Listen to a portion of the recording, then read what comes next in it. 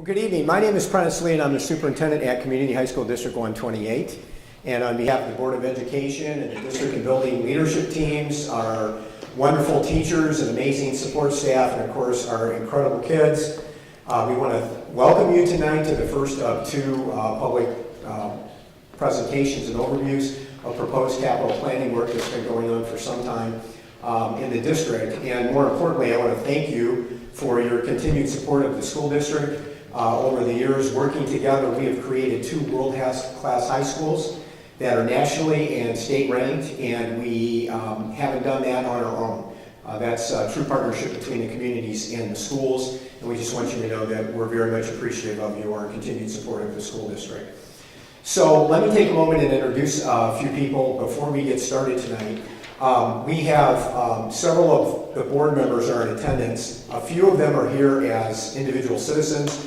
A few of them are here representing the board tonight and may engage at some point with you during the evening or participate in question and answers at the end of the session. So first let me introduce those two folks. Board President Pat Grudy. Pat's in the front row. Many of you may know Pat. And Scott Luce here, who's also in the front row.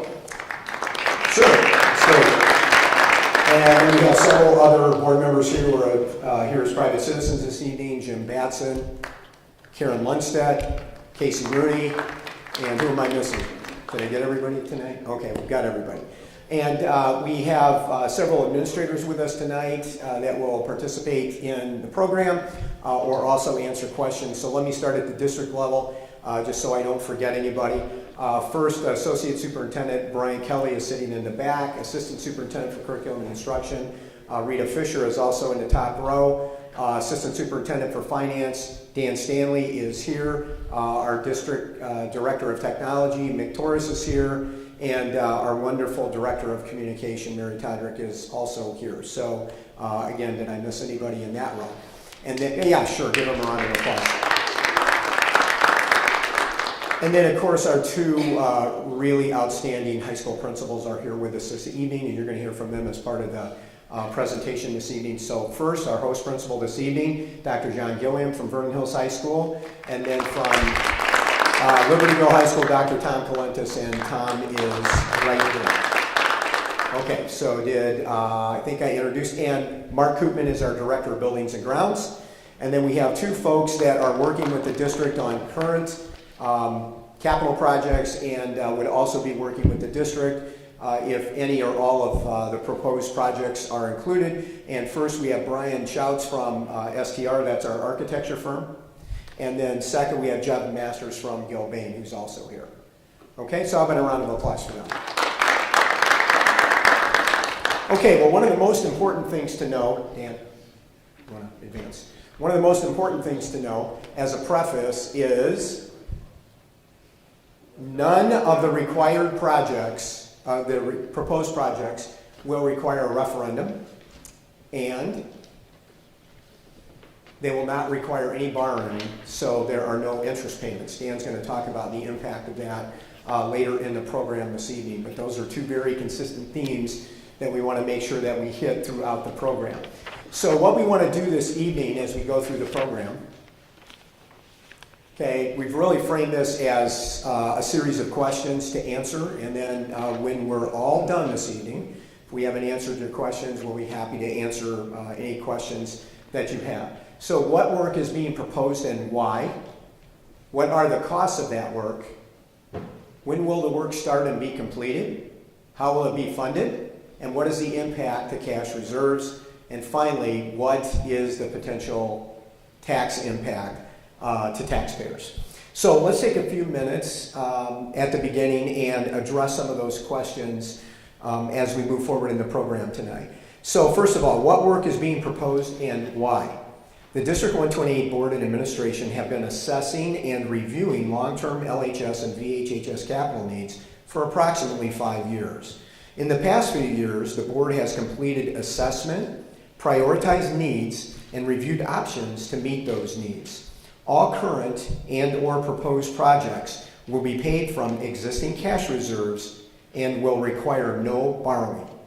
The highest priority was replacing the current, soon-to-be old LHS pool and adding more on-campus parking at LHS. With significant current cafeteria needs at VHHS and continued rising enrollment, expanding the student cafeteria, adding classrooms and a STEM lab, and adding a second gym became priorities. Based on current rising enrollment and future enrollment projections at VHHS, the board is considering a conservative approach to the addition of classrooms with future options to add more classrooms as needed depending on demographic trends. At LHS, already approved and under construction, completion of the new LHS swimming pool. Work is expected to be completed on the LHS swimming pool in the spring of 2019. Already approved and under construction, parking lot addition. An additional 68 parking spots on the west side of the property were approved by the board and the Village of Libertyville. These additional spots are much needed for the LHS campus. Under consideration, repurpose the current, soon-to-be old pool. Multi-purpose physical education or physical welfare and extracurricular activity facilities, including a dance studio and a wrestling area. This building and space at LHS is important for both curricular and extracurricular needs. At VHHS, under consideration, the existing cafeteria is small, and it's only able to handle all of the current VHHS students with a couple of significant accommodations. The cafeteria space must be expanded into the front lobby during lunch, and the lunch periods are scaled back to only 22 minutes in length. John's going to go into that a little bit more in depth as his part of the presentation tonight. The expanded cafeteria and remodeled servery will be able to better accommodate the current and expected increase in student enrollment. 8 classrooms and a STEM lab are currently under consideration. An analysis of classroom usage was completed to determine the current and future needs for classrooms at VHHS. The proposed new classrooms will be able to accommodate both the expected increase in student enrollment and current curriculum needs. Second gymnasium and dance studio are also under consideration. Currently, VHHS has the same curricular and co- and extracurricular programs as LHS, and as such has the same space needs. The second gymnasium and dance studio will be able to accommodate all of these needs and provide for increased student enrollment. What are the cost totals for each campus and then overall? At LHS, already approved by the board and under construction, the new LHS swimming pool and the LHS parking lot addition come to a total cost for both projects of $22.5 million. Under consideration, repurposing the old LHS swimming pool is estimated at $5 million for a total estimated cost of all projects at LHS of $27.5 million. At VHHS, under consideration is expansion of the cafeteria, the addition of 8 classrooms and a STEM lab, and the addition of a second gym. Total estimated cost for all of those projects is $26.6 million. When would the work start and be completed? If approved by the board, projects would be bid at the end of January with bid awards at the end of February. To hit applicable construction cycles, project work would begin late spring at both campuses. Tentative project completion dates are projected to be at LHS spring 2020 and at VHHS fall 2020. How will the projects be funded? 100% from existing cash reserves, no referendum, and no increased taxes to fund projects. In addition, since we are not borrowing money to fund the projects, there will be no interest payments for taxpayers. What is the impact on cash reserves? Current cash reserves are at $80 million. The total cost of all construction projects, including the pool currently under construction and the parking lot, is $54.1 million. That would leave a cash balance of $25.9 million, or 30% balance as a percentage of district operating expenses. It's important to note here that the board has committed to not spending cash reserves for recurring operating expenses. They have been very adamant about that point for several years, and they're very adamant about that point moving forward, and none of us sees that changing in the future. What's the potential tax impact to area taxpayers? Again, there is no tax impact. District 128 has no outstanding debt. There is no debt incurring to pay for these projects, thus also no interest payments. So we want to take a few minutes tonight and actually review the projects at both of the campuses. So we've invited Tom Colentus and John Gilling to be part of our presentation tonight. So at this point, I'd like to introduce Dr. Tom Colentus, Principal of Libertyville High School. Tom?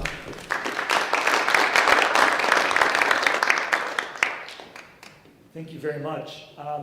For us, 2 of the 3 projects that have been proposed, as Dr. Lee said, are already under construction and underway. So the first is the Aquatic Center, where if you've driven down Park Avenue or 176, you'll see that construction occurring on the front of the school campus. This is the Aquatic Center, the final design. We are in the final kind of push and stages where the exterior shell is being built and the interior work is being done. What we're building there is a 50-meter, 8-lane pool with 2 bulkheads, and bulkheads are just movable sort of walls within the pool that help you set the distances and shape the pool. This is our most heavily utilized facility within our high school. It is used by PE classes throughout the school year during the day. It is used by our boys and girls swim teams, water polo teams, and then by a wide variety of community groups, learn to swim programs as well. As Dr. Lee said, this is a partnership between not only does the school benefit, but the Libertyville community from the use of the pool. It's approximately $21.5 million.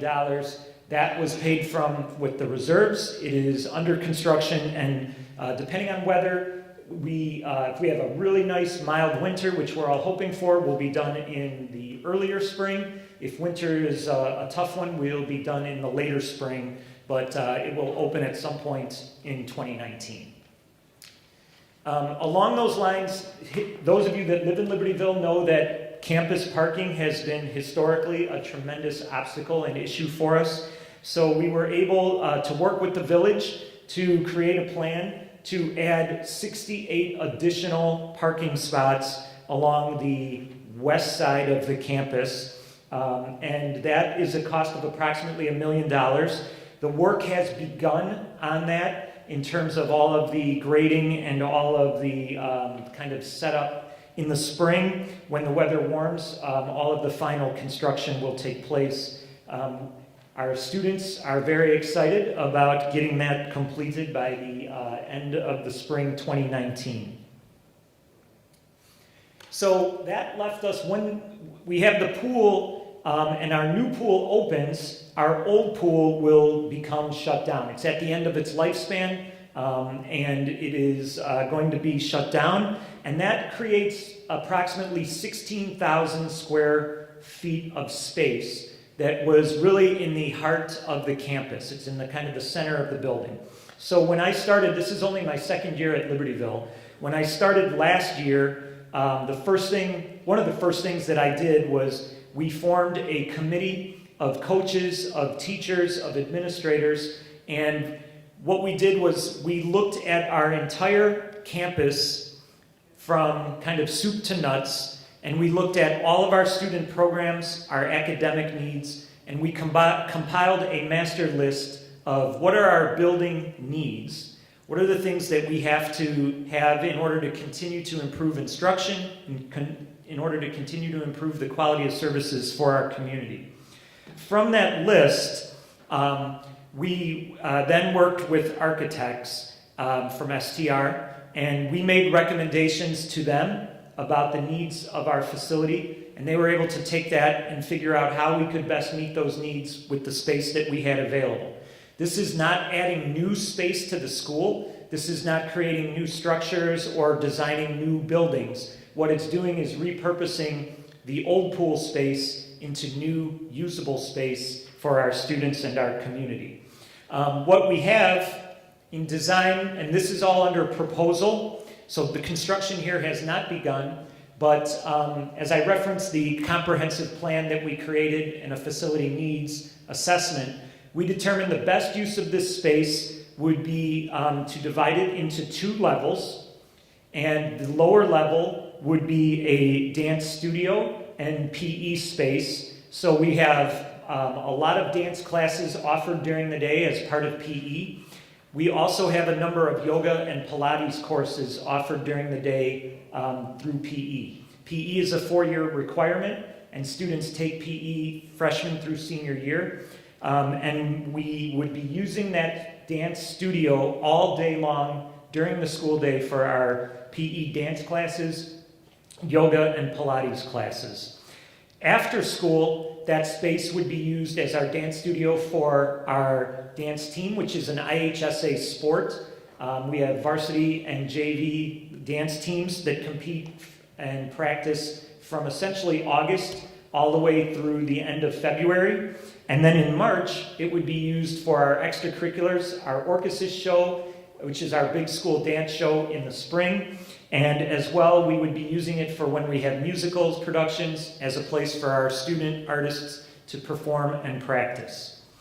The upstairs of that space would be used as a multi-purpose room for physical welfare classes during the school day. It would be used for athletic events and practices, not for competitions, but for practices after school. Specifically, it would be a good space for us to use during wrestling season as our main practice facility for wrestling. And then it would also be used for competitive clubs, things like our robotics team, things like our fencing team, things like our debate team. When they have big tournaments and competitions, we would host them in this space. So both the lower space and the upper space would be used year-round, both during the school day and in the evening, to meet a wide variety of student curricular and extracurricular needs. Sorry, I could have shown you the details, but it's really just a big brown box. So that's the physical welfare space, the multi-purpose space, which would be the upstairs where the existing pool deck is, and the downstairs, the kind of purple box there, that's the footprint of the existing pool. And so that pool would be taken out, and then a dance studio would be built roughly within the footprint of where the existing pool is. And again, that would be used for curricular and extracurricular dance, yoga, and Pilates programs. Okay, so the proposal on this is that it's approximately $5 million. Again, as Dr. Lee discussed, this would come from existing cash reserves. The construction could start, if all goes well with the bidding process and the proposal, it could start as early as basically school would end on Thursday, May 21st or 24th, right around that last week of May, and construction could start immediately following the closing of campus for summer vacation. The construction, because we're not building new buildings, but refurbishing an existing structure, is only supposed to take approximately a year, with the facilities being online to open in the spring of 2020, so approximately a year from now. And with that, I'm going to turn it over to my colleague, Dr. Gilliam.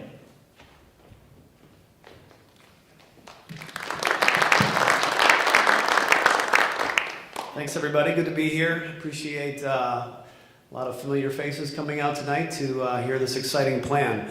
When we talk about Vernon Hills High School and the next few years, here's what we know. We know the students are coming, right? And we know that for a few reasons. First, we've been working with John Casarda, who is a demographer, worked with the district for really over a decade and has been projecting over time this influx of students that we are projecting.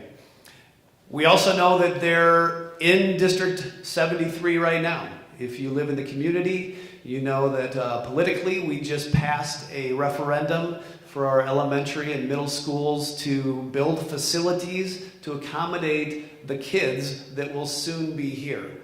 And when we look at our own internal projections, they confirm both of those pieces of data. We can put names to faces, addresses to those names, and those students are coming here. So we'll talk a little bit more about the projections.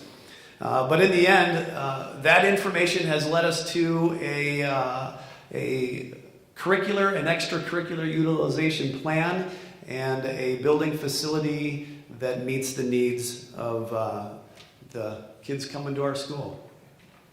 Let's talk a little bit more about the population and most importantly, what's going to happen here in the next decade. If you look at the pink box, that is the accurate historical enrollment of our high school over the last decade. So you can see that over the last decade, we've varied between 1,300 and 1,500 kids. We've gone up and down a little bit over the years, but in the last handful of years, we have seen a pretty steep increase. And when you get to the upper right-hand corner of that pink box, you get to today. And today we're about 1,500 kids, 1,490 kids. So the question is, what's going to happen in the future? Well, the two lines that go off into the future to the next decade represent two of the Caserta projections. The one in red is the most aggressive projection. He calls it his C projection. And over time, you can see that if he pushes out the C projection to 2026-27, we're over 1,800 kids. If we look at the B projection, which is what he calls his moderate projection, that gets us out 10 years to about 1,650 kids. When we do our own internal projections, when we actually put faces to names and addresses, we're somewhere in the middle of those two projections. When we start to look at building projects south of 45, over by the mall, into the Cuneo Estates, that's going to add some more kids. How many? We're not sure, but we're pretty convinced we're going to be somewhere between those two lines. So what, right? So that information has really, in the end, led us to a comprehensive plan. And like Dr. K has done with his building, I've done the same, where we've looked at space utilization. How are we using the space that we have now? What do the programs, in terms of curricular, extracurricular, co-curricular, what are their needs, and where do we see them moving in the future? And in that, then, we have come up with a list of greatest needs. And when we sat down with Dr. Lee and the district administration and the Board of Education over the last couple of years and presented these, we whittled it down to really 3 basic needs. And so our goal tonight is to show you those. Our concept planning has really been over several years, and you might wonder how we're kind of phasing in to these years now. When we started back in 2014, if you walk to the front of our school, you know that there is a locker room that sticks out, right? And it looks kind of out of place. The reason it's there is because over a decade ago, we planned to build a locker room in a gym, much like the gym that Libertyville built on the west side there. But in about 2010, when the economy crashed, we built the locker room and made plans to build the gym. We, in 2014, came back at this with the board. We worked with a team of design and construction experts and put together a plan. And it's much like the gym that we'll show you here tonight. In terms of the cafeteria and classrooms, that's been something we've worked over the last 18 months. When we looked at our list of greatest needs, put together a concept plan and then a design plan.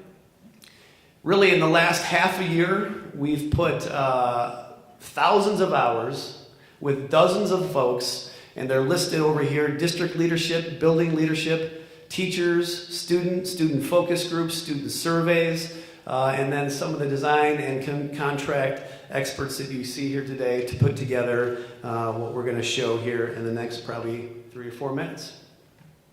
So the cafeteria expansion. The cafeteria, if you walk into our school, most people will say, "Is that your cafeteria?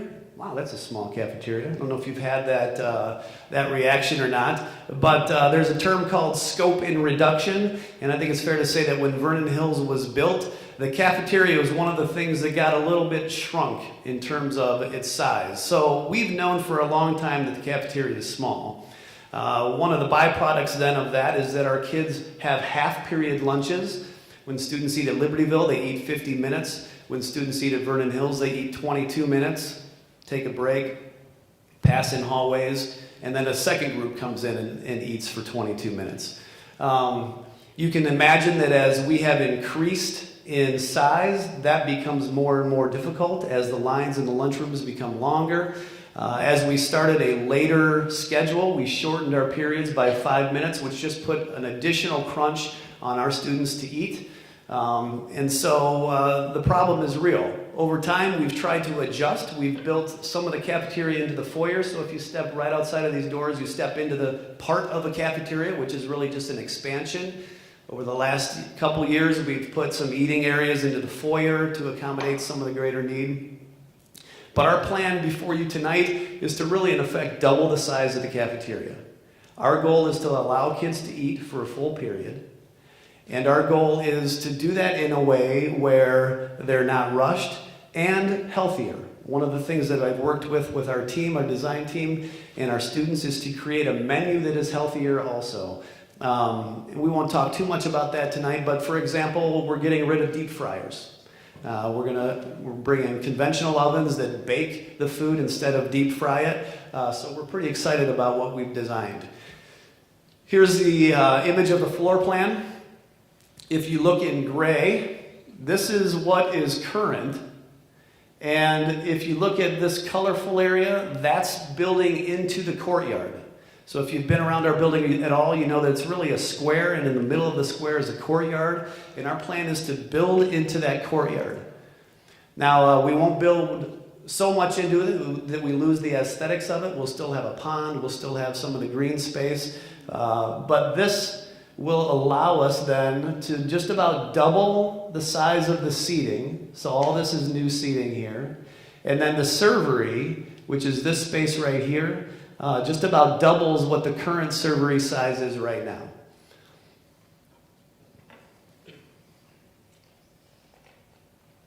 Let's talk a little bit about the proposed gym and dance studio. I want to give you just an idea of what our current curricular and extracurricular needs look like right now. At our busiest time, which is winter for us, when we have gymnastics taking over one of our entire smaller gyms, we are at 100% capacity, curricular. So when I say that, I mean that in our gym and field house, we have 6 courses, multiple sections of those courses over the day that take that entire space. Likewise, for our weight room, which is downstairs in our basement, we have 3 levels of courses over 8 periods a day, 100% utilization. And then when we look at our dance program, which normally sits inside of that gymnastics gym, but when the winter rolls around, they get kicked out, spread into this facility, spread into the auditorium, spread into the gymnasiums, into the bays that aren't being used. We are at 100% capacity in our curricular areas. So what that means for us as a school is student choice then becomes limited. Our goal is to create a curriculum and a process by which students get to choose the courses of their interest. And as we start to tighten in our utilization, student choice disappears, and we end up making decisions based on space instead of what's best for kids. Our athletic program. Our athletic program mirrors LHS's athletic program exactly. Same number of teams, same number of spaces. When we have our busiest times in the winter, we have 5 courts in our field house and gym combined, 12 teams practicing on those facilities. In the early spring, when winter is over and we start to add soccers and lacrosse and badminton, we have 19 teams using 5 courts. Our current sport space right now is used from 6:30 a.m. Practice time starts as early as 6:30 a.m. and they end as late as 10 p.m.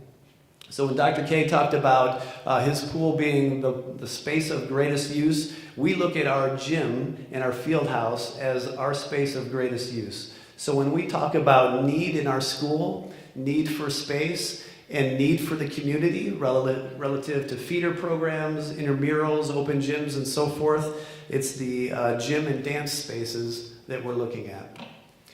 So our solution to that is to add a dance facility and an additional gym. The dance facility on the right has been planned since we built that locker room. that dance facility on the right would actually sit right on top of the locker room. So it was built structurally with steel and walls such that we could put a roof over it and have a dance facility. So that dance facility that you see on the right would be really model what Dr. Calenta said about his use. We have dance programs. We have courses online waiting to join as soon as we have space for them. We have extracurricular programs including cheer and dance, orchestras, musicals, so on and so forth that will make the most of that space. Then just to the south of that gym, on the front of our building, so on the west side of our building, now where you see the visitor parking lot and some green space would be an additional gym. It is the exact same footprint as the additional gym that was added to Libertyville about 10 years ago. So it is no bigger, no smaller. It has one main court that can be separated down the middle into two smaller courts. Will be used obviously then during the curriculum day. We will spread our courses out. Dance will have a home. We'll be able to take courses like CrossFit, some of our junior and senior leaders courses and give them a home. And then of course after school hours, it'll be the home for competitions from everything from volleyball to basketball to badminton and so on and so forth. Here is an elevation of the facility as you look from our parking lot where you probably parked tonight. This is the entrance that you parked. This is the facility that I said is already built, that locker room. The dance facility just goes right on top of it. And then to the south of that, as we look at the west side, is this additional gym right there. So the face of our building will look really like it's been meant to be for years. That is looking directly from the west towards the building. So again, there's the locker room that's been there for the last decade, the dance on top, and the additional gym. Lastly, I want to talk a little bit about our proposed additions to our classrooms. We presented to the board a couple times over the last year some room utilization data, which basically says this. When we look at our curricular programs, the number of courses in the departments that we have, the teachers and the children in those seats, we're tight.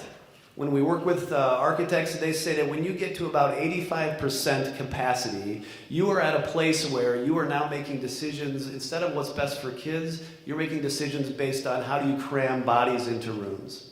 And so for us, at this current time, we have 5 curricular departments that are at or near 90% capacity. We are at really a saturation point. And so practically that means when I look at a master schedule and I look at the social studies department, there are no openings in that department. It's packed. And we know, I showed you based on enrollment projections, it's only going to get tighter. Another thing that has changed since probably we built this place, because there has been some talk about, well, didn't you build it for 1,600 kids? We have had all sorts of curricular changes, and probably the greatest is our need for special education space. You know, if you know education, the special education laws have changed substantially over time, which has meant more and more individualized or small group classroom settings, and they all need space. And so that has eaten into some of our, what would be traditionally classroom space. And then there has been some program shifts, most notably shifting to STEM education, so science, technology, engineering, and math. When you look at the choices that our kids are making in terms of the classes they're signing up for, more and more of them are making decisions, especially in elective areas, in the STEM field. So that means classes like computer science, classes like design and implementation, whether it's applications or computer programs, science classes and AP science classes, math classes, more and more math classes. So as we look at those shifts and the changes, what we've decided to do is build a wing, or propose to build a wing that is moderate in its ask. We could build anywhere, the the recommendation was from 8 classrooms to 16. And so what we've settled on right now is 8 classrooms and a STEM lab. The 6 general classes we will use then to fill the needs of departments like world language, mathematics, social studies, science, or English. 2 multi-use science labs, and as the kids come and sign up for classes, they could be used from anything from chemistry to physics to biology. And then 1 STEM lab, which on the picture to the right is the one sticking out closest to us. Really, in theory, or in practice, it's the size of a double science lab that has some unique and high-end lab equipment, and also then an instructional space that is able to be used for all different kinds of settings, whether it's AP research, whether it's entrepreneurial work, whether it's computer science work. That's what will go down in that STEM space. Here's a look at that wing from really the CDW parking lot. So that's east looking west. That's the other corner of it as you look more north. The footprint of the property then is what you're looking at now.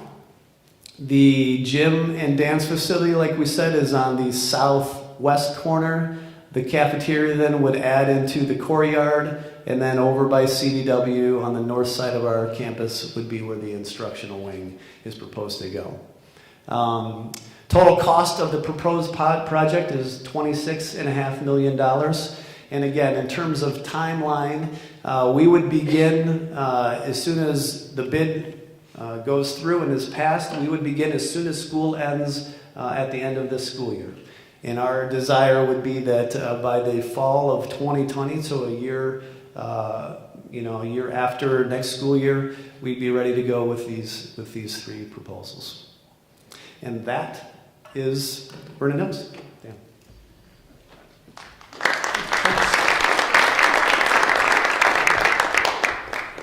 Thank you, John and Tom. Great job, and we appreciate all your work and the work of the teams. Just want to take a minute before we move over to Dan and financials. Dan, thank you for advancing that. So there are several things here for you to know. Really, for Pat and I, we really go back about 7 years in terms of the initial conversations about this when we were doing long-range financial planning, when Alex Della Poli was on the board. And we were able to map out that we were going to retire some significant bonds from the building of Vernon Hills High School and the classroom additions at Libertyville in 17 and 18. And so at that point, the board really started to talk about the future needs of the district. Since 2014 to current time, we have had dozens of board and board committee meetings focused on long-range major capital planning. More than 60 stakeholders have been involved in this process over that period of time. 6 separate design teams made up of those stakeholders and more than 50 design meetings. And what is important for you to know, one of the things that's important for you to know is that the projects have all been value engineered. And let me use the example of the LHS swimming pool. With the pool that we really believed met the needs of our physical welfare programs, our competitive swim programs, the community competitive swim program, our senior swim, and our Learn to Swim program there, actually came in initially at almost $30 million. Okay, and one of the stakeholder groups worked on this project relentlessly, and it was value engineered down to $21.5 million. So all the projects that we're talking tonight have gone through a value engineering process. Kind of our hallmark in our district is we have nice facilities that do what they need to do. We do not build Mercedes-Benz in this district. It's never been the history of this district. It's most likely not going to be the history of this district moving forward. The facilities that are proposed are nice, functional facilities. They are not a $30 million swimming pool. So a number of things have been value engineered out of that pool, which was already value engineered down from a higher number. And so that's consistent across all of the projects. I want to take a moment and talk about dance because we will occasionally get a comment, I don't want you to spend any tax dollars on 15 or 20 kids that are in dance programs. Okay? So let me take a minute and address that. First of all, dance is a critical part of our physical welfare program in the district. Okay, I can tell you that my own two daughters who are LHS graduates took dance for all 4 years in the physical welfare, physical education program. So just to give you an idea on numbers, and these are from this year, by the way, at LHS in physical welfare, 233 students have taken classes. 5 sections of dance, 154 students, 3 sections of yoga and Pilates, 79 students make up that total. In co and extracurricular activities, which would be competitive dance, orchesis, the fall or spring musical, we have had 161 students. That includes cheerleading, 43 students, POMS team, 35 students, orchesis, 45 students, and the fall musical, 38 students. Total LHS student physical education and co and extracurricular dance-related participants, 394 students. In addition, LHS is required to cap the number of dance-related sections in its physical welfare program due to lack of available and safe space. At Vernon Hills High School in physical education, 142 students are signed up for dance-related classes, 5 sections of dance. In co and extracurricular activities, 152 students, cheerleading 31, dance team 36, orchesis 50, and fall musical 35. Total VHHS student physical education or welfare and co and extracurricular dance-related participants, 294 students. VHHS is not able to offer yoga, Pilates fitness, or total body fitness in its physical welfare program due to lack of available and safe space. So roughly the total District 128 student physical education and co and extracurricular dance-related participants, 688 students, or 20.8% of the total District 128 student enrollment. And I would suggest to you that we have a need in the dance programs to provide dedicated and adequate space to those programs. Now there's one other complicating factor, and that is we know from working with District Council that we may have some Title IX issues here with the Office of Civil Rights. Okay, why is that? Because most of the dance program, okay, is made up of female students. And we do not have dedicated, adequate spaces to allow them to practice in the same facility night over night. So let me put that in perspective. Imagine you were a football parent at Vernon Hills High School, and we said, you know, next week the football team is going to practice on the baseball field. I think we'd get a reaction to that. So at Libertyville, for example, the board actually added some additional floor space several years ago. That's more cushioned space. It's not a real dance floor, but we did that in the cafeteria. There's one problem, okay? The ceiling height is so low that they cannot do lifts, okay, and they cannot do, you know, some of the jumps and throws that they need to do. So the Title IX potential complication is that we have an obligation to provide similar facilities, similar access to our female students and programs as we do the male students. So whether we deal with the dance issue now within new construction, we are still going to have to come back and work through what we would do to create that space for the kids in the dance program.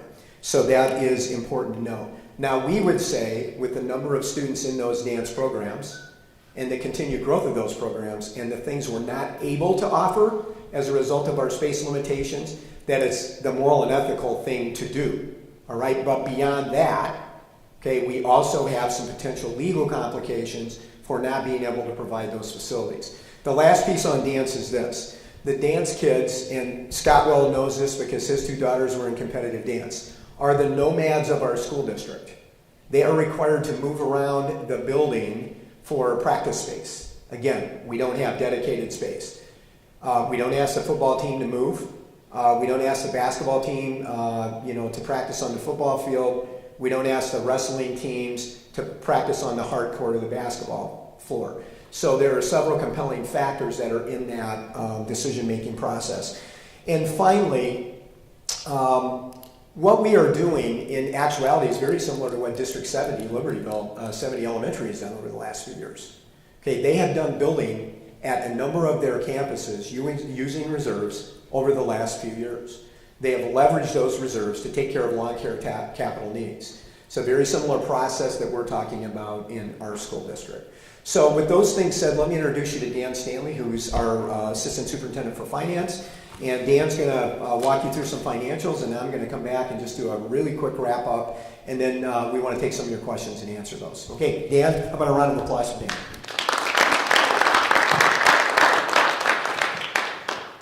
Hi, my name is Dan. No, I'm just kidding. Hi, welcome. Good evening. I'm Dan. I have the pleasure of serving this wonderful, wonderful, fortunate district.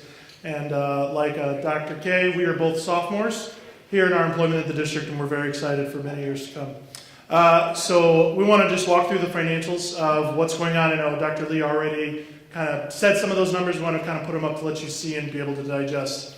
So in terms of all of the major projects that we're talking about, both the big ones that are happening over at LHS already under construction and the ones that we're talking about and we're proposing really tonight.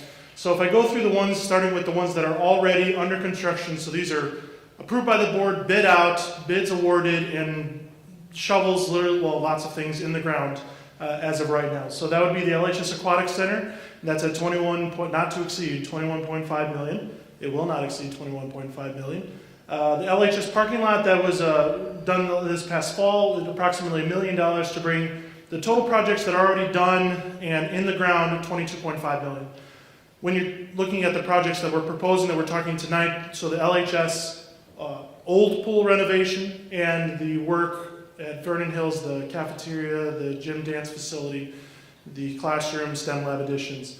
That comes in at 26.6. So the total proposed construction that we're really talking to you about in a lot of detail tonight adds up to about 31.6 million that we're looking to pay for.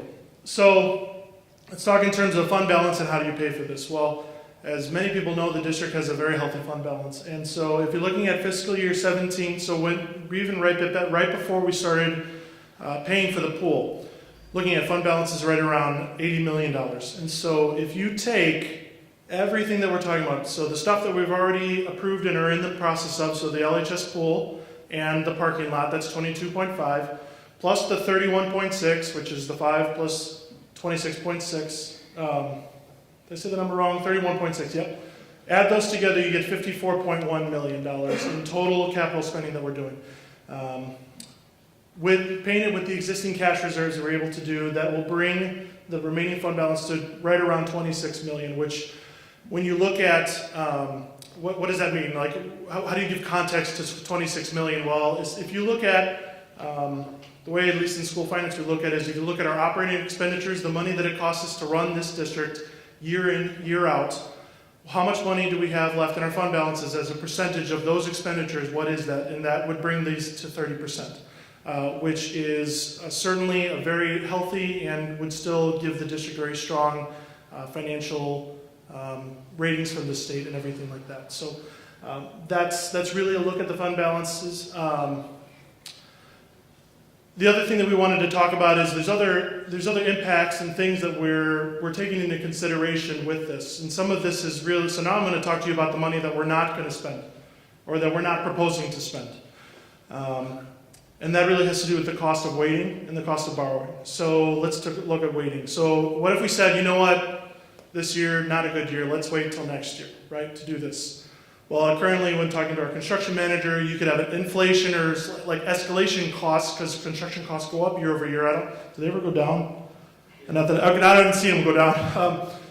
That range could be 4 to 6%, we're thinking conservatively. So if you're talking on that, on the 31.6 million that we're proposing, we're not counting the pool and stuff because that's already done, bid, approved, in construction. So this new 31.6, that could add a cost of 1.3 to 2 million every single year, and it compounds, right? You've ever heard one of the most magical things is compound interest, right?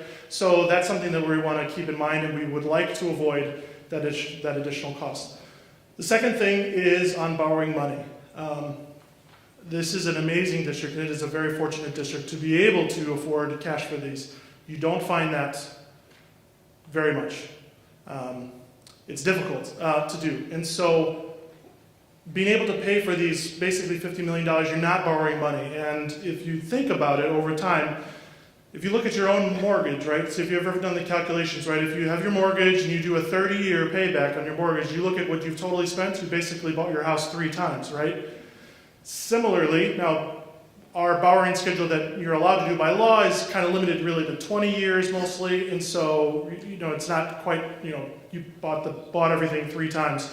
But really, you're doubling really the cost of the base cost, and so that's an important thing that we think is valuable, and we would certainly like to avoid an additional $50 million. Like, we'll just use the $50 million on these projects and avoid interest payments for the future.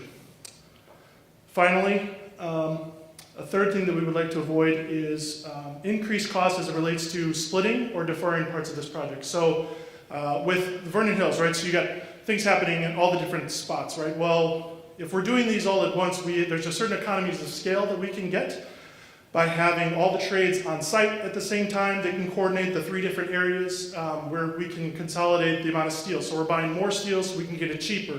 All those things have an impact in terms of economies of scale that we would like to take advantage of with these projects. And additionally, as much as I love our professional services, if we deferred or took longer, we would have to pay them more. Not that you're not worth it, you're worth every penny. But we would have to pay them more because in one sense, it's not really a whole lot different cost for them to be here for 2 projects or be here for 3 projects. It's not a really big cost difference. And so if we did delay and said, we're just going to do 2 parts now and 1 part later, we would have to pay them again to be here because it's really about the amount of time that they're here on site.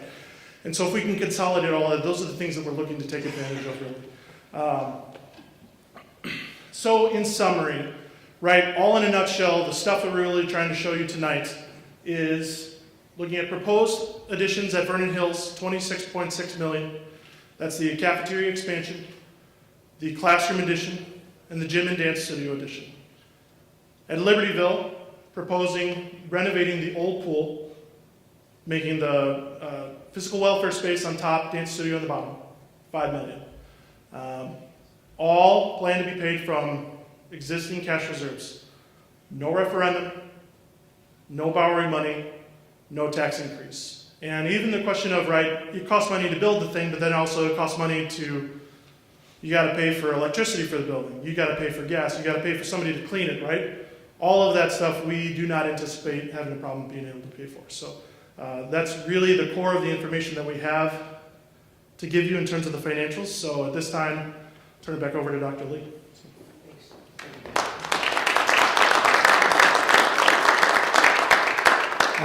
Just a couple of other things before we open up for questions. So a couple of deadlines that are important to remember in the process here. The deadline for board decision making to bid individual or all proposed projects is Tuesday, January 29th, which is our rescheduled January board meeting. And the deadline for board decision making to actually award individual or all proposed projects is Monday, February 25th board meeting. There are 4 opportunities for public engagement on capital projects. Of course, 2 public presentations that we're doing this week and next week at Libertyville High School. And then we have several scheduled board and committee meetings in January and February prior to the board decision making to bid or award the individual projects. In addition, the standalone capital projects presentations with questions and answers will be videoed, so we are videotaping the presentation tonight. We will do the same at Libertyville next week, and we'll be posting those videos to the website. I would just note for the record that those videos have to be compliant, ADA compliant, so it takes about 7 to 10 days to make sure that they are. And as soon as those are done, then we'll be posting those up to the website. And as I mentioned, additional opportunities in February to come to the board meeting. And so we'll be posting an FAQ really designed, starting around the design of the presentation this evening. We'll also be posting that to the website, and we'll be adding to that as we get additional questions. So that's what we have for our presentation and our overview tonight. And I would say before we start doing questions, we've got a microphone that we can pass around tonight. We would ask you the first question that you just identify yourself and tell us where you live. You only have to do that once, so if you have several questions, you don't have to do that each time. And then just let you know that any Pat or Scott or any of the district administrators or the principals or our architect or design group and construction management group might respond to those questions as well. Okay, so without further ado, if you have questions, Brian's going to walk the microphone around and I'll give the microphone to who's ever going to answer the question.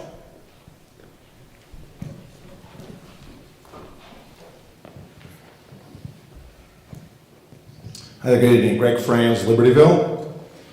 First question I've got is relating to the pool fix-up, not the new one, but the old one. Did anyone evaluate, I know that we're putting another a PE room up on top, and you talked about moving wrestling over there. What's going to happen to the existing wrestling area? Has that been identified? It looks like we're going to take it from one place and move it over to the other. I guess the question I've got is what's the impact of only doing one floor instead of doing the two, the cost on that impact? Okay? Tom, you want to take the question in general? I have a few more. Sure. I'll answer that one very quickly for you.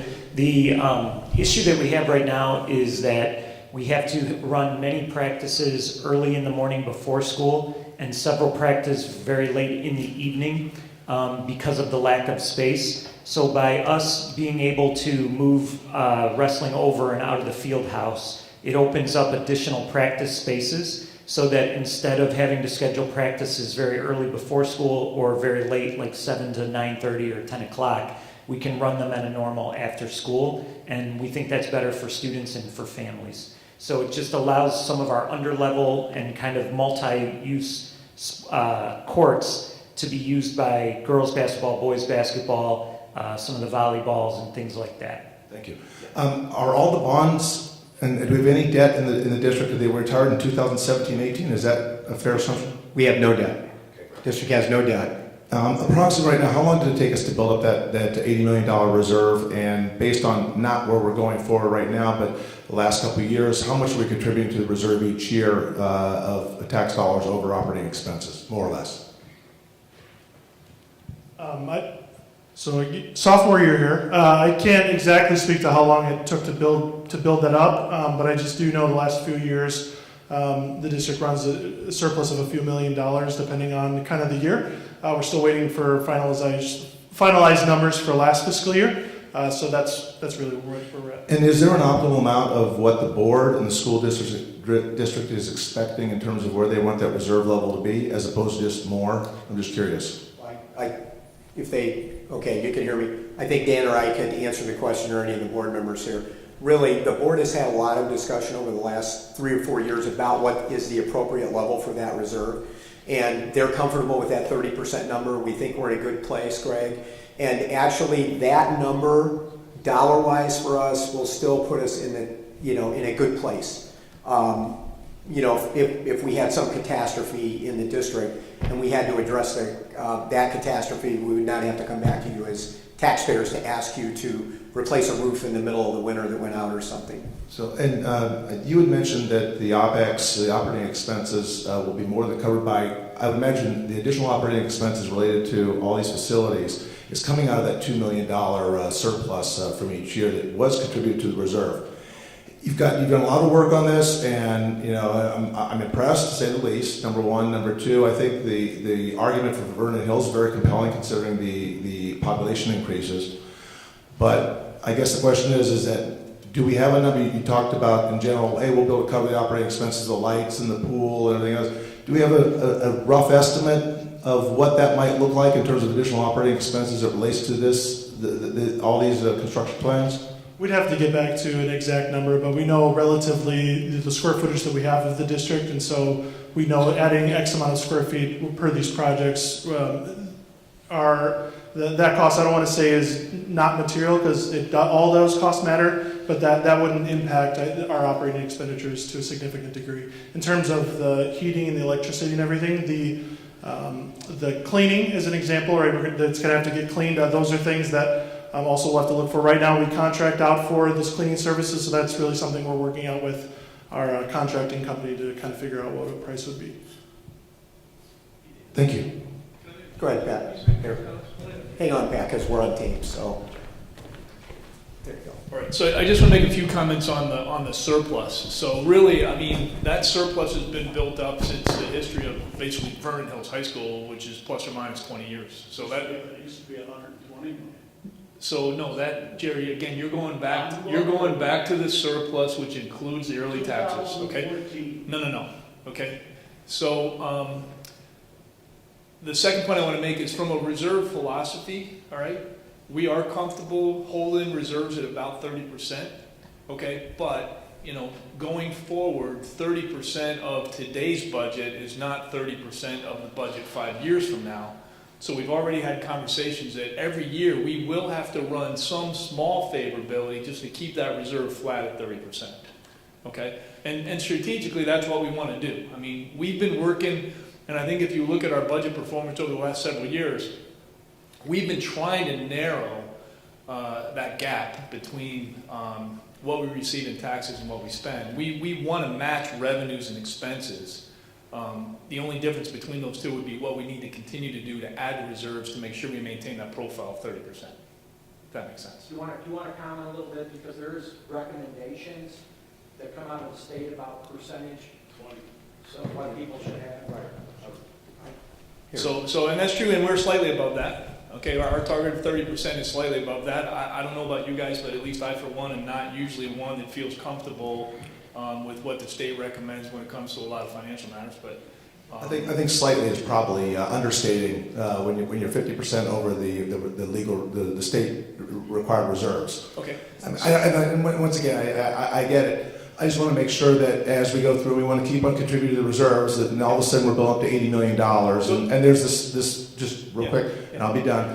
There's a fallacy that goes through that says there's no tax increase. Well, it sounds like there's no taxes. What we've done is through these $80 million of reserves, people have been taxed. And that's the thing that sticks in my craw, is the fact that we sound like there's a free lunch out there, and there isn't. And I know building is expensive. But I really want to go through and see when that reserve, where we go to 30%, we just don't keep on building that reserve up and say it's 30%. Let's go through and try and give a little bit back to the taxpayers in some small measure, even if it's tokenism. It shows an honest effect of the contribution that we make to this community. Thank you. So again, a couple points that I think are important to make. Number one, again, we have no plan strategically to increase the reserves, and I'm going to define increase the reserves over that profile. Okay. Second thing is, we are all taxpayers. We feel your pain. Okay, I certainly do. Third thing is, over the last, it was really not last year, it was I think the 4 prior years to that, we abated $18 million. Okay, we did that strategically for a very important reason, which is we really had to find a way where we could, in this case, we couldn't give money back to the taxpayers, but we could choose not to take money from the taxpayers. Essentially what we did is we used our reserves to pay off our mortgage, okay? Because we knew once that mortgage was paid off, those expenses would not recur, and so we wouldn't put ourselves into any long-term jeopardy as far as our financial situation goes, okay? So the only other comment I'd make is, going forward, I think we're certainly willing to look at that 30% profile and continue to ask the question whether that's too much or too little. I would say at this point, strategically, we would still want to be conservative, okay? We have been conservative in this plan, building 8 classrooms, okay? I wouldn't want to get 10 years down the road and find out that I need a few more classrooms because they renovated Hawthorne Mall and now there's even more people in the district, and all of a sudden we've bled down our reserves, okay? So that would be my reason for saying we're still going to be a little bit conservative. But I can assure you there's nobody on the board that says we want to build the reserves back up to $80 million. That's absolutely not something we want to do. And Pat, I would add to that, this is my close to 15th year in the district, moving forward. And so we've had a number of iterations of the school board. We've had a number of members come to the school board every 2 years. We've had some members that resigned, and then the board appointed members to come in. That conversation has been very consistent across that group over the 15 years, that we want to, what is the right number?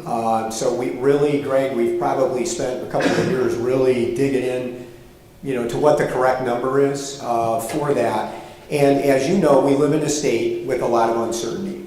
So a couple of years ago, it looked like There might be a property tax freeze, which would be great for the homeowners, but would cut revenue off to property taxing bodies, right? And it also looked like we might get a pension cost shift, where part of the pension cost of the state, that's the state's obligation, would be given back to us locally. Either one of those things would have some pretty substantive effect on all school districts. Together, they would be catastrophic, and on top of that, we went for 2 years without a budget, so we didn't know what we were going to get from the state, really. So I think all of those things play into ongoing conversations, but probably 5 years ago when we really started to dig into that, the conversation was, even if we went below 50, we were pretty nervous, you know, because we didn't know what was going to happen at the state level, what costs we were going to have to pick up locally. And so through those conversations, we've really come to that 30% number in terms of a funding platform, and it's something that the board reviews every year. And, we'll continue to do that. And I, like you, I'm a taxpayer in the district, so, I've got a dog in the hunt too, just like you do, so. And one last thing, not to get it off track. Sure. Anything on the line? Right. Just to make sure we have we just want to get out. Yeah, and not to get off track, and I know the pension thing is a big issue, and I'm not so sure that even 30% would do anything if the full pension liability was thrust on every district to even come close to covering the thing. So that's another complicating factor, but as it relates to this right here, I get it. I just want to make sure that the residual, and as we start to go through and get our OPEX in line, that the excess isn't just either we find something else to spend it on, but we take a look at it and saying, can we go through and defer mill levy increases on the taxpayer as long as possible? And just one, certainly understand and respect that. One clarification I just want to make. So in terms of fund balances and state requirements, really what the state has is a minimum requirement. And essentially what that basically is if you have less than 25%, then you get kind of notched down in terms of your financial strength. And if that number gets too low, then there's other things that would happen with the state. So really in terms of the state, it's really more of a minimum requirement that they really care about, and they really focus on. So. That's right. One last thing, this is more at the state, but I really wanted to be on a watch list. How much as impotent as this state is, how much they can exact any sort of measure of pain on a school district as poorly as they're run. And really, you see That's really a that political statement, but we appreciate that, okay? Fiscal. You'll see that in Lake County, North Chicago went through something. So essentially, what they would do is, if you get to a certain point that's so low, they basically essentially remove some of the elected board's power and give it to an appointed board that is and the idea is to try to make positive changes to turn that district around. So that's really practically what would happen, which what you've seen with our neighbor North Chicago that happened for years. So that's really what would happen in that situation. Happened to Round Lake too, so, and East St. Louis. There you go. My name is Heather Lease. I have 2 properties, one in Vernon Hills and one in Libertyville Choice District. 4 kids, 2 at the high school now and 2 in the elementary school. I want to start off by thanking the school and the school board for being proactive with this space issue. My kids in elementary school are hurting now because of it. So I'm very glad that you guys are looking into this now. My question is, what do you need from us to move it forward? I don't want to delay. I don't want to have this pushed out years to where they're getting in the school and still under construction. Well, I think as we kind of laid the timeline out, the board's going to be doing decision-making to bid the awards in January, either individual or all the projects. We would, where our recommendation is that we move forward, with the list that we provided tonight. And then in February, they would actually award the bids. Now, here's why those 2 dates are really important. You remember Dan talked about the cost of waiting. Okay, there's a construction cycle that we have to hit, okay? So if we go beyond February, we're going to miss the next construction cycle, which is going to drive us forward another year, which is going to cost us several $1 million on the size of the project that we're doing. So I think in answer to your question, it's probably just to let us know that, or let the board know that you're supportive, right? Yeah. That's it. Well, I know tons of people, everybody I speak with supports. I know that there's a little, I guess there's a Facebook mob page that's out there complaining about the studios, but everybody who I speak with supports all of it, including the studios. Well, and again, the dance numbers Yes. support those studios for that reason. And then again, we've got the potential legal entanglement where we're going to have to take care of that problem anyway, somehow with existing space, if we don't construct space within construction. So Okay, appreciate well, your let's comment. get it done. Yeah, thank you. Question over here, Brian.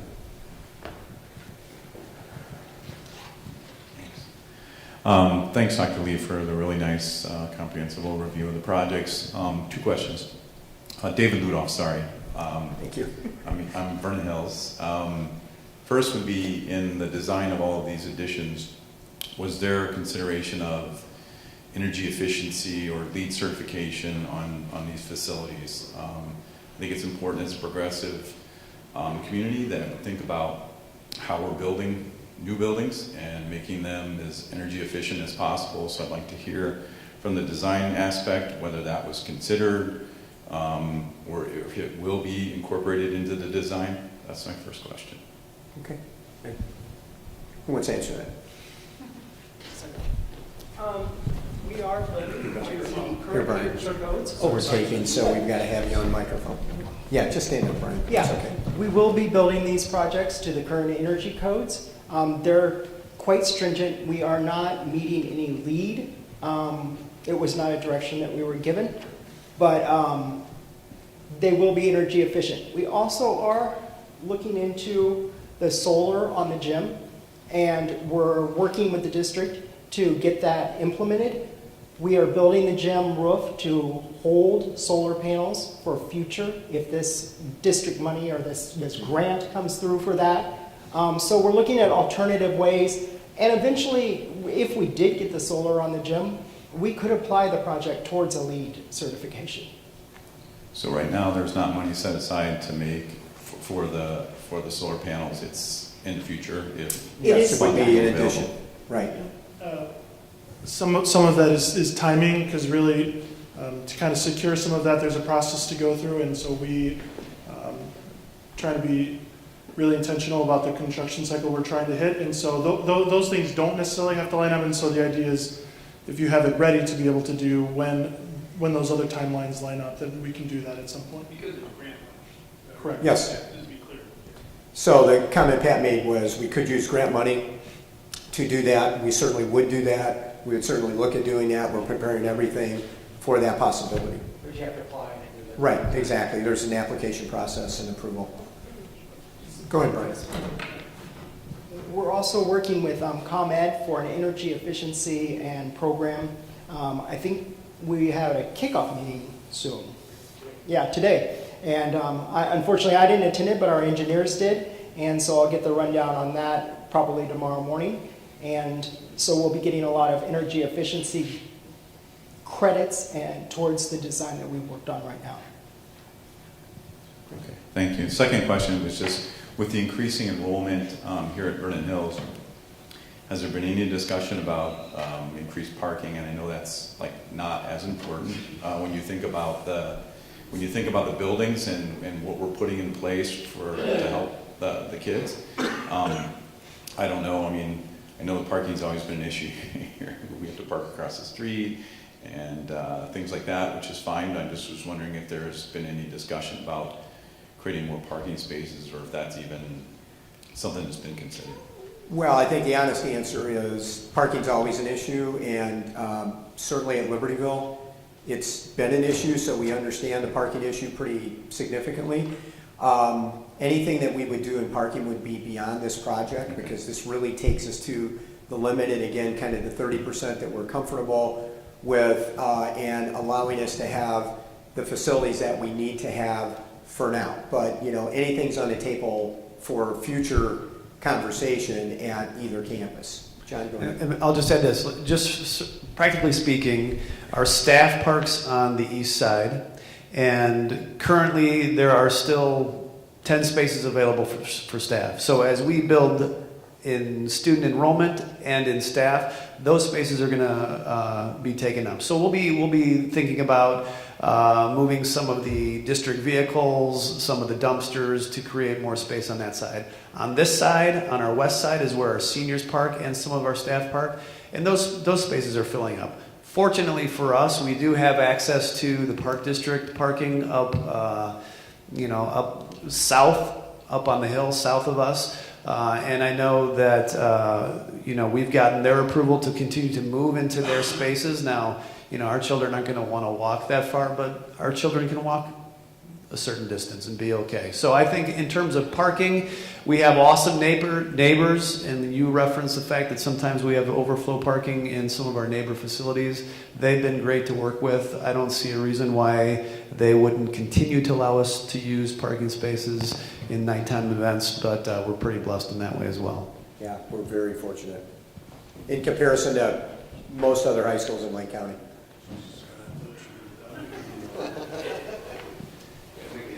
Hi, my name is Jerry Verbatim, and to some of you, I'm unknown. Now I'm going to talk to you from the standpoint of taxpayers. I'm 73 years old. I've lived in Libertyville for 40 years. And I built 2 homes in Libertyville, and I'm currently paying $20,000 a year in taxes. I build nice homes. I build homes that right now, if you were to go to tax assessor, they'd say your street value is $832,000. Well, guess what? I'm trying to sell it right now, and I can't get $700,000.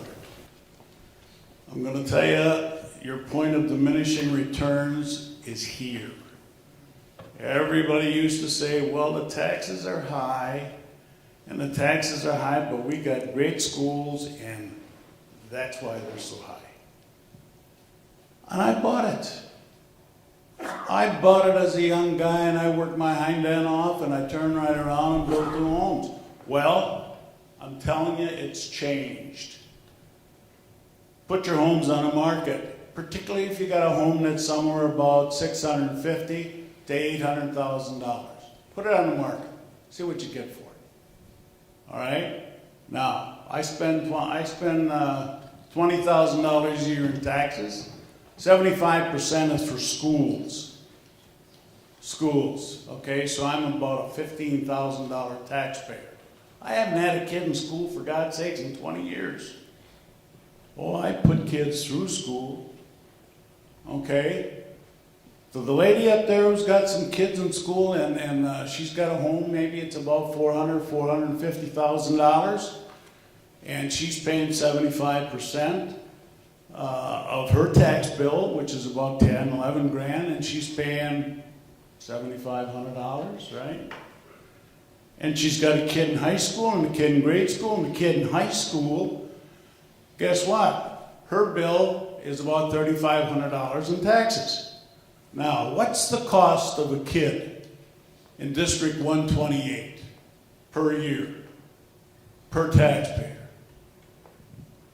Take your budget. Per taxpayer would be Take harder. your budget and divide it. Don't give me the state tell me one thing and so. No. I want to know what your operation budget is, your educational budget, divided by how many students you're currently educating. Yeah, certainly, and I don't mean to give you an unclear answer. So I don't know the exact number off the top of my head, but it's around $23,000 is the operating expenditure per pupil. I thought it was closer to 24,000. It certainly could be right there. Isn't that a lot of money? $25,000 per kid, per year, per taxpayer? You know, I get the biggest kick out of this thing, and we sit here as people, and there isn't enough people here to talk about this. We sit here with people, and they're talking about parking. Think about it. How much are we paying for busing? How much? Oh, we don't pay. I'm sorry. The state pays. The taxpayers pay. How much do we pay? To be clear, we definitely pay, but in terms of that, you're talking somewhere in the range of 1.8 million-ish. 1.8. What's our utilization? In terms of how many students ride the Yeah. bus? Sorry, I don't know that answer. About 30%. I don't know.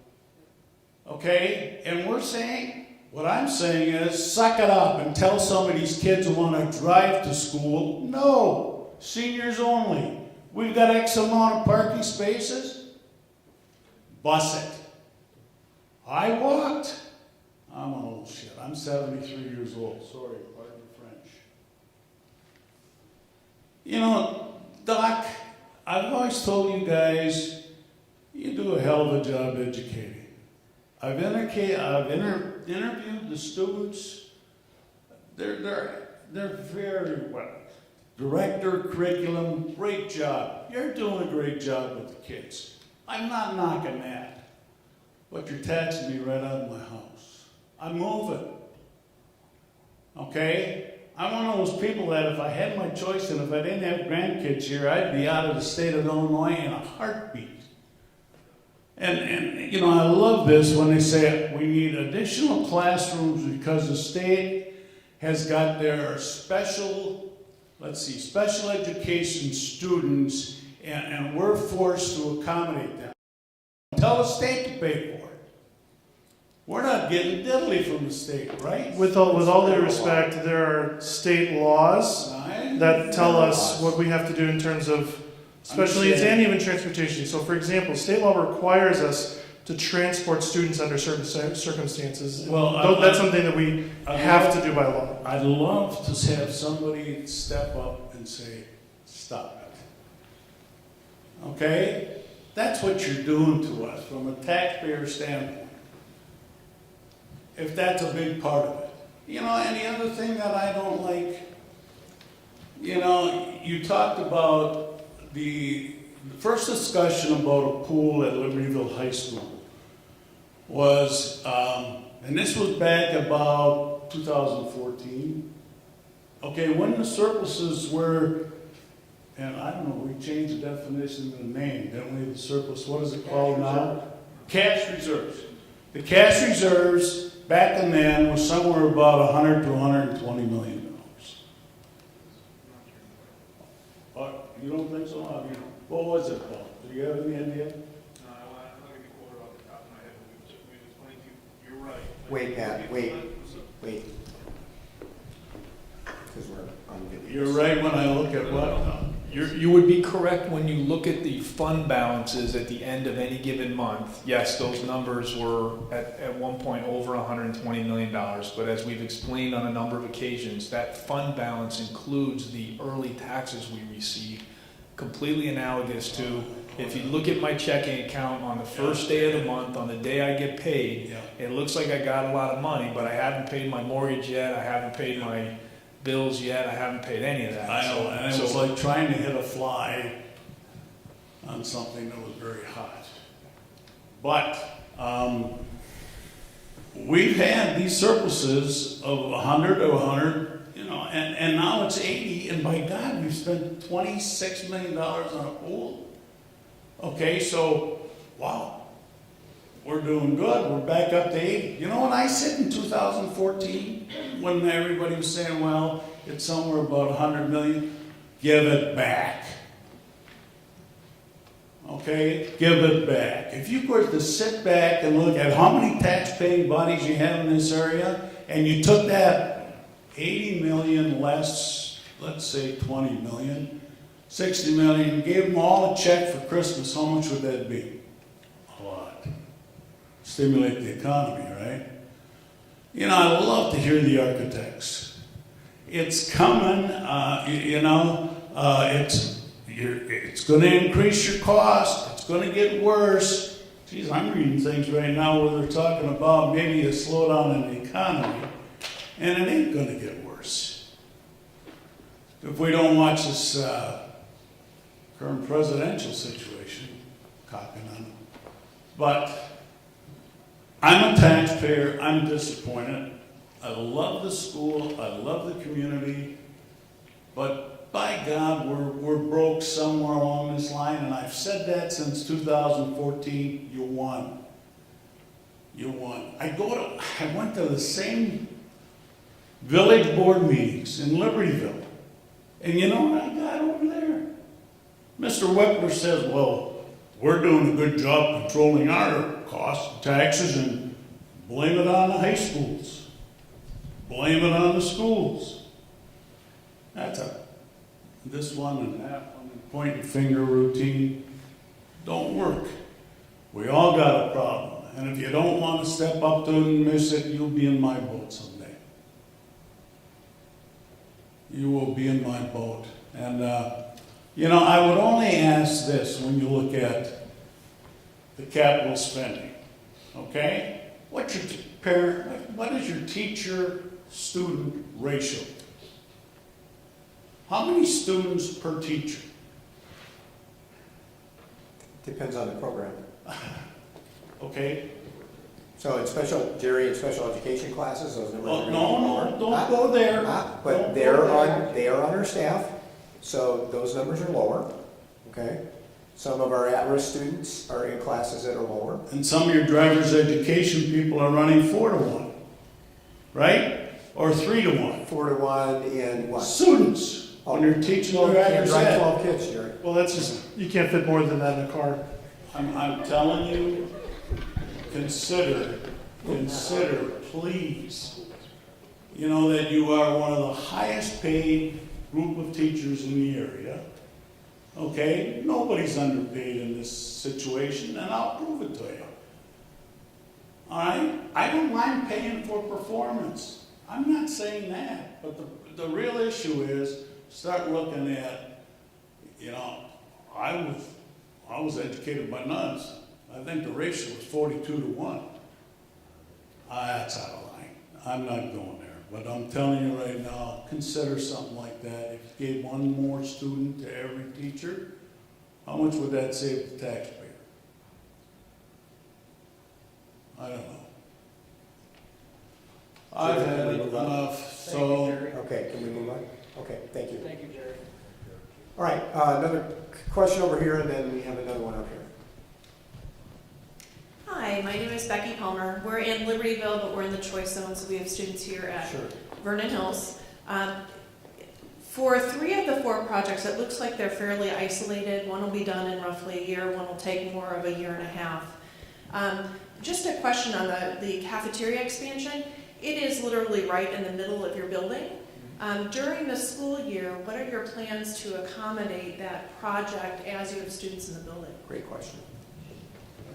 So as we've worked with our construction manager and our architect, the plan is this, that we would hit it heavy this summer. So much of the shell and structure would be done in the summer.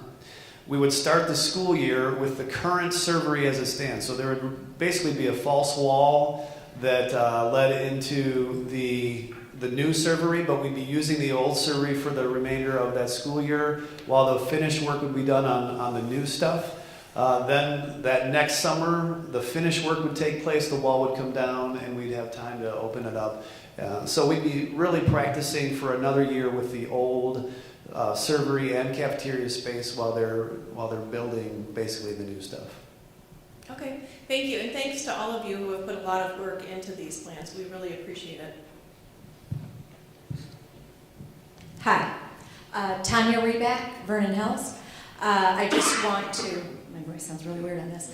I just want to thank and applaud the administration for the plans that you've put out here. It looks like obviously countless hours have gone into this, and I think it's really, really important for our students. I couldn't be more proud to have 2 students in this district, and especially here at Vernon Hills High School. Dr. Lee made a great argument as far as the dance needs are concerned, and as a parent of a dance team athlete, I just want to implore the board to strongly consider passing this. It's so important for all of our teams to have equal access to be able to practice when they need to practice in or on a facility that is correct for what they're doing. We have a lot of dancers that get injured on basketball floors because it's just not right. But in the meantime, we have football players at both schools playing on gorgeous turf fields. So I implore you to give some consideration to these other programs, because I think it's very important, and as is all the rest of this, I'm very, very impressed and thankful. Lisa, did you have another question? Yeah, Okay. more comment. It's just mainly about the tax issue that you brought up. We do have, like I said, I have 2 homes now currently in the district, one in Vernon Hills, one in Libertyville. So I do pay a lot more taxes than what was referenced to. But the house that we have for sale in Libertyville now, the people that are coming to see it are not complaining about the taxes. They're complaining about the elementary schools. So they're too crowded. So we are having people tell us no to buy our house because they're worried about the school district, not because of the taxes. Any other questions? Okay, am I mic'd up? I think I am. I can hear myself. Okay, so just in closing, again, on behalf of the board and everyone here in the district, we appreciate your attention to coming out tonight and you making the commitment to do that. If you have friends and neighbors who would like to see the presentation live, we'll be at Libertyville High School next week, same night, 7 o'clock in the Libertyville Studio Theater. You can tell people to put, easy way to get to the studio theater is just park in the back lot at Libertyville, come through the back door to right up the stairs. You won't be able to miss us. You won't have to wind your way through the building and all the additions there to get there. But if you want to encourage your friends, that would be great to see them next week. Remember, 7 to 10 days, the video from tonight will be posted, so you can also direct people there. And there will be a number of opportunities yet in January and February with board committee meetings and a board meeting in January and board committee meetings and a board meeting in February before the board needs to make a decision. But the board is being very deliberative on this, and they are very aware of the timelines that we talked about earlier. And if we are going to move forward, the cost of waiting if we don't move forward. And so we all appreciate you coming out tonight.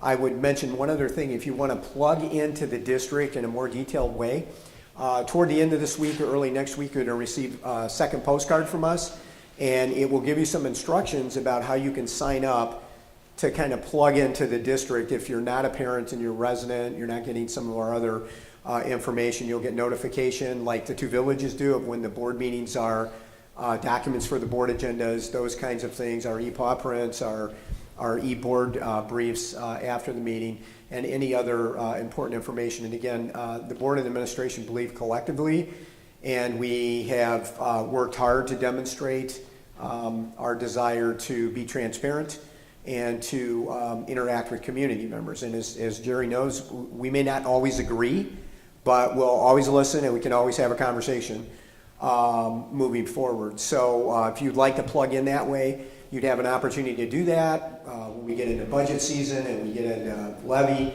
some of the other important financial decisions that we make in the district. So we want you to be informed. We want you to be a part of the process. And if you ever have any questions, just call us at district office. Okay, one of us will, myself, Brian, Dan, Rita, one of us will get back to you and have a conversation with you. Okay. So if we don't have any other questions, thank you and have a great evening. Okay?